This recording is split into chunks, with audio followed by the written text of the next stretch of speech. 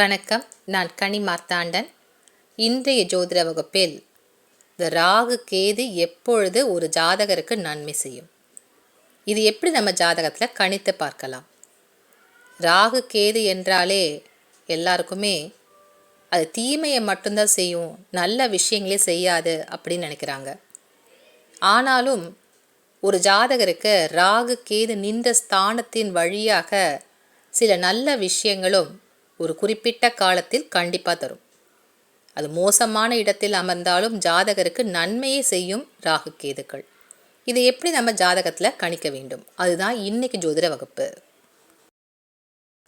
ராகு எந்த கிரகங்களுடன் சேர்ந்திருக்கும், அதாவது ராகு நின்ற ஸ்தானத்திற்கு 1, 5, 9 ஆகிய ஸ்தானங்களில் என்ன கிரகங்கள் இருக்கோ அந்த கிரகங்கள் ராகுவின் கட்டுப்பாட்டில் இருக்கக்கூடிய கிரகங்கள். இந்த கிரகங்கள் தங்களுடைய காரகத்தின் மூலமாக ஜாதகருக்கு போராட்டத்தையும் இழப்புகளையும் கண்டங்களையும் பிரச்சனைகளையும் தரும். அப்போ ராகுடன் சேர்ந்திருக்கக்கூடிய கிரகங்களுக்கு இந்த பலன்கள் என்பது உண்டு. கேதுக்கு 1, 5, 9 ஆகிய ஸ்தானங்களில் இருக்கக்கூடிய கிரகங்கள் கேதுவின் கட்டுப்பாட்டில் இருக்கக்கூடிய கிரகங்கள். அந்த கிரகங்களின் காரகத்துவத்தின் மூலமாக ஜாதகர் தன்னுடைய வாழ்க்கையை வெறுப்பார். அந்த விஷயத்தில் அவருக்கு விரக்தி தன்மை என்பது ஏற்படும். அவர் செய்யக்கூடிய முயற்சிகளும் தோல்வியாகவே இருக்கும். அப்போ ஜாதகருக்கு வாழ்க்கையிலே ஒரு பிடிப்பில்லாத ஒரு விஷயத்தை தரக்கூடிய கிரகங்கள் கேதுவுடன் சேர்ந்திருக்கக்கூடிய கிரகங்கள். இதுதான் அடிப்படையான விஷயம். ராகு கேது இல்லாத ஜாதகமே கிடையாது. அப்போ இந்த ராகு கேது எந்த ஸ்தானத்தில் இருக்கிறதோ அதன் வழியாக ஜாதகருக்கு பல பிரச்சனைகள் என்பது வந்துக்கிட்டே இருக்கும். நாகதோஷத்தையும் பொறுத்த வரைக்கும் ஒரு குறிப்பிட்ட ஒரு 4 ஸ்தானங்களில் ராகு இருந்தால் மட்டும்தான் தோஷம் இல்லை. மற்றபடி இந்த 12 கட்டத்தில் 8 ஸ்தானங்களில் ராகு நின்றால் தோஷந்தான். அப்போ இந்த ராகுவினால் ஏற்படக்கூடிய கேதுவினால் ஏற்படக்கூடிய பிரச்சனைகளுக்கு ஒரு குறிப்பிட்ட காலத்தில் நமக்கு நல்லது நடக்குமான்னு கேட்டிங்கன்னா கண்டிப்பாக நடக்கும். இதுவும் நம்ம ஜாதகத்தில் தெரிஞ்சுக்கலாம். ஒரு ஜாதகருக்கு கடுமையான நாகதோஷம் என்பது லக்கணத்திற்கு 1, 2, 7, 8 இந்த 4 ஸ்தானங்களில் ராகு அல்லது கேது ஒரு ஜாதகத்தில் இருந்தால் அவங்களுக்கு கடுமையான ஒரு நாகதோஷம் என்பது உண்டு. இப்படி நாகதோஷம் கடுமையான ஒரு வீரியத்தை கொண்ட நாகதோஷமாக இருந்தாலும் சரி, ஒரு ஆண் ஜாதகத்தில் குருவுடன் ராகு அல்லது கேது, பெண் ஜாதகத்தில் சுக்கரனுடன் ராகு அல்லது கேது இருக்கக்கூடிய ஒரு ஜாதக அமைப்பு இருந்தாலும் அவர்களுக்கும் நாகதோஷம் என்பது கண்டிப்பாக உண்டு. இப்படி நாகதோஷத்தால் பிரச்சனைகள் பலமாக இருக்கக்கூடியவர்கள் இருந்தாலும், எவ்வளவு பலமான ஒரு நாகதோஷத்தினுடைய அமைப்பு இருந்தாலும் ஒரு ஜாதகருக்கு கோச்சாரத்தில் இந்த ராகு கேதுவினுடைய எதிரிடை நட்சத்திரங்கள் இயங்கக்கூடிய காலகட்டத்தில் அவருக்கு நன்மையான விஷயங்களே நடக்கும். எவ்வளோ மோசமான இடத்துல ராகு கேதுகள் சேர்ந்திருந்து அவருக்கு பலமான ஒரு எதிர்ப்புகளை தரக்கூடிய கிரக இணைவுகள் இருந்தாலும் கோச்சாரத்தில் அதனுடைய எதிரிடை நட்சத்திரங்கள் இயங்கக்கூடிய காலகட்டத்தில் நன்மைகள் தான் நடக்கும். அது எப்படி நம்ம ஜாதகத்தில் கணிக்கணும்? எதிரிடை நட்சத்திரங்கள் என்பது ஒரு கிரகம் எந்த நட்சத்திரத்தில் இருக்கிறதோ அந்த நட்சத்திரத்திற்கு எதிராக செயல்படக்கூடிய நட்சத்திரங்கள். இது ஒவ்வொரு கிரகத்திற்கும் ஒரு குறிப்பிட்ட நட்சத்திரம் எதிராக செயல்படக்கூடிய நட்சத்திரமாக இருக்கும். ராகு கேது என்றாலே அதிகமான நன்மைகளை தராது. ராகு என்ற கிரகம் அபிலாசையை தூண்டும் என்றால் கேது என்ற கிரகம் தடைகளை தரும். ராகு கொடுத்து கெடுப்பார், கேது கெடுப்பார். ராகு கேதுவால் ஒரு ஜாதகருக்கு நன்மை பெற வேண்டுமென்றால் இந்த ராகு கேதுக்கு வீடு தந்த அதிபதி ஜாதகத்தில் மறையாமல் இருக்கணும். இப்போ ராகு எந்த கட்டத்தில் இருக்காருன்னு பாருங்கள். அவருக்கு வீடு கொடுத்த கிரகம் ஜாதகத்தில் மறையாமல் ஒரு ஆட்சி உச்சம் பெற்று இருந்தால் ராகு பலமாக உங்களுடைய ஜாதகத்திற்கு நன்மை செய்வார். அது எந்த ஸ்தானத்தில் இருந்தாலும் சரி, கோச்சாரத்தில் ஒரு குறிப்பிட்ட எதிரடை நட்சத்திரங்கள் இயங்கக்கூடிய காலகட்டத்தில் நன்மை தான் செய்வார். அதே போல் கேது நிற்கக்கூடிய வீட்டிற்குரிய அதிபதி ஜாதகத்தில் மறையாமல் இருக்கணும். 6, 8, 12 இல்லாமல் இருக்கணும். அதே போல் வீடு தந்த அதிபதி ஆட்சி உச்சம் பெற்று ஜாதகத்தில் அமருகின்ற பொழுது அந்த ஜாதகருக்கு கோச்சாரத்தில் கேதுவினுடைய எதிரிடை நட்சத்திரங்கள் பலம் பெறக்கூடிய காலகட்டத்தில் அல்லது இயங்கக்கூடிய காலகட்டத்தில் ஜாதகருக்கு நல்ல பலன்களே அந்த காலகட்டத்தில் நடக்கும். அது வரைக்கும் தடையாக இருக்கக்கூடிய விஷயங்கள் அந்த தடையிலேருந்து வெளியில் வரும்.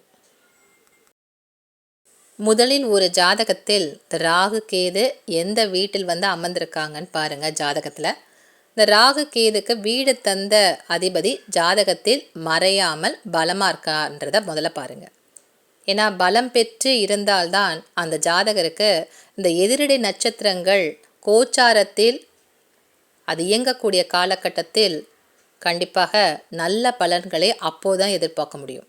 ஏன்னா ராகு கேதுக்கு வீடு தந்த கிரகங்கள் பலம் பெறவில்லை என்றால் அப்போ கோச்சாரத்தில் சில கிரகங்களுடைய எதிரடையான கிரகங்கள் வேலை செய்யும்போது ஜாதகருக்கு நல்ல பலன்கள் என்பது கிடைக்காது. அதனால் முதல்ல ஜாதகத்தில் பார்க்க வேண்டியது ராகு கேது எந்த வீட்டில் அமர்ந்திருக்காங்க, அதற்கு வீடு தந்த அதிபதி எந்த இடத்துல இருக்காருன்றதை பாருங்கள்.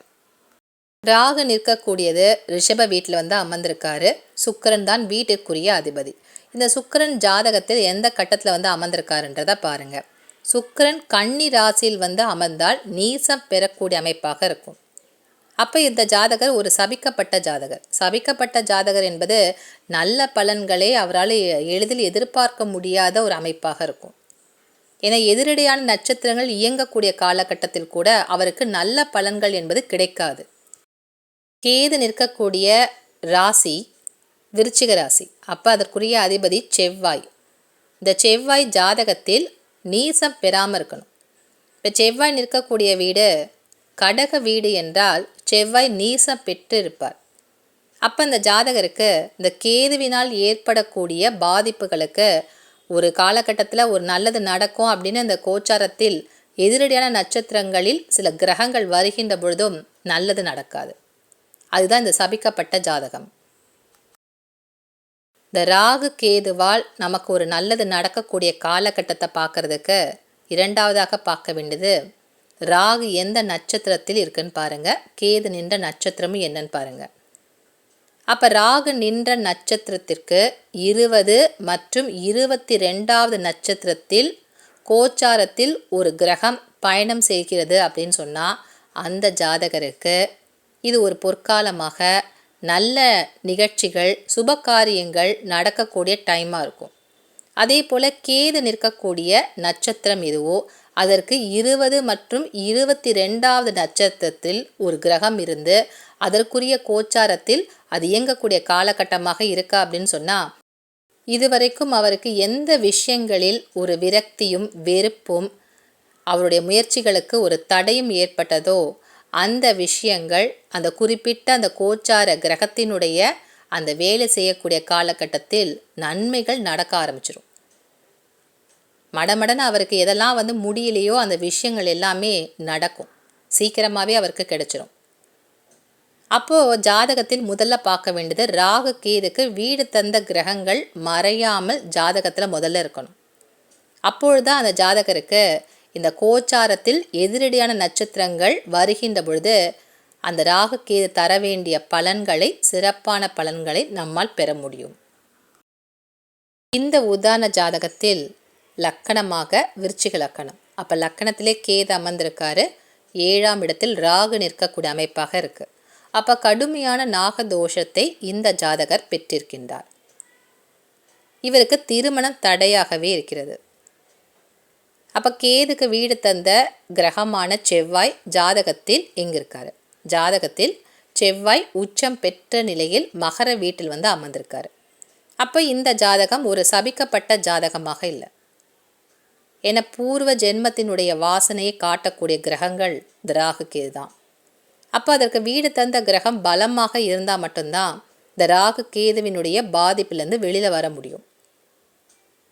அப்போ இந்த ஜாதகர் ஒரு சபிக்கப்பட்ட ஜாதகமாக இல்லை. அடுத்தபடியாக பார்க்க வேண்டியது கேது நிற்கக்கூடிய நட்சத்திரம் என்னன்னு பார்க்கணும்.